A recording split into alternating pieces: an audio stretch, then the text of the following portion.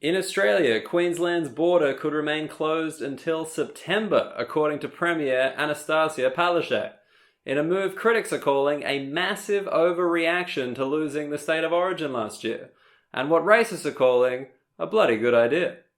In other news, Sydney's Sea Life Aquarium will allow groups of 10 to book the Great Barrier Reef exhibit for a private dining experience. When asked whether patrons would be able to choose their fish from the tanks like at Chinese restaurants, the aquarium immediately changed their mind. A mayor in Peru has pretended to die from coronavirus to avoid being arrested.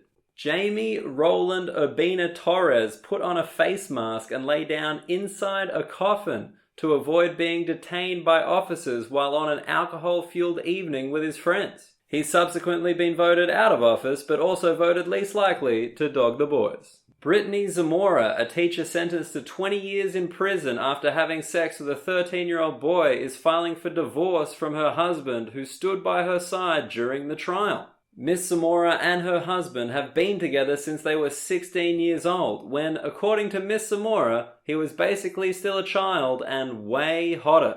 I mean, look at her hair and makeup. That is the female equivalent of a moustache. She's a predator.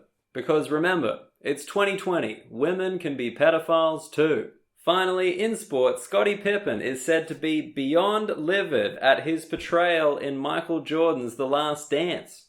According to a source, he's furious that the last shot in the documentary went to Tony Kukoc instead of him, and has refused to leave the bench ever since. That's all from Another News this week. Please stay tuned for the 2020 Sheffield Shield final. The empty grandstand should make you feel like it's being played live.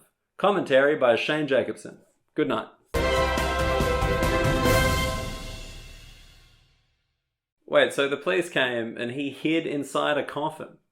What was he doing drinking next to a coffin? Was this guy partying in a funeral home during a pandemic? Legend.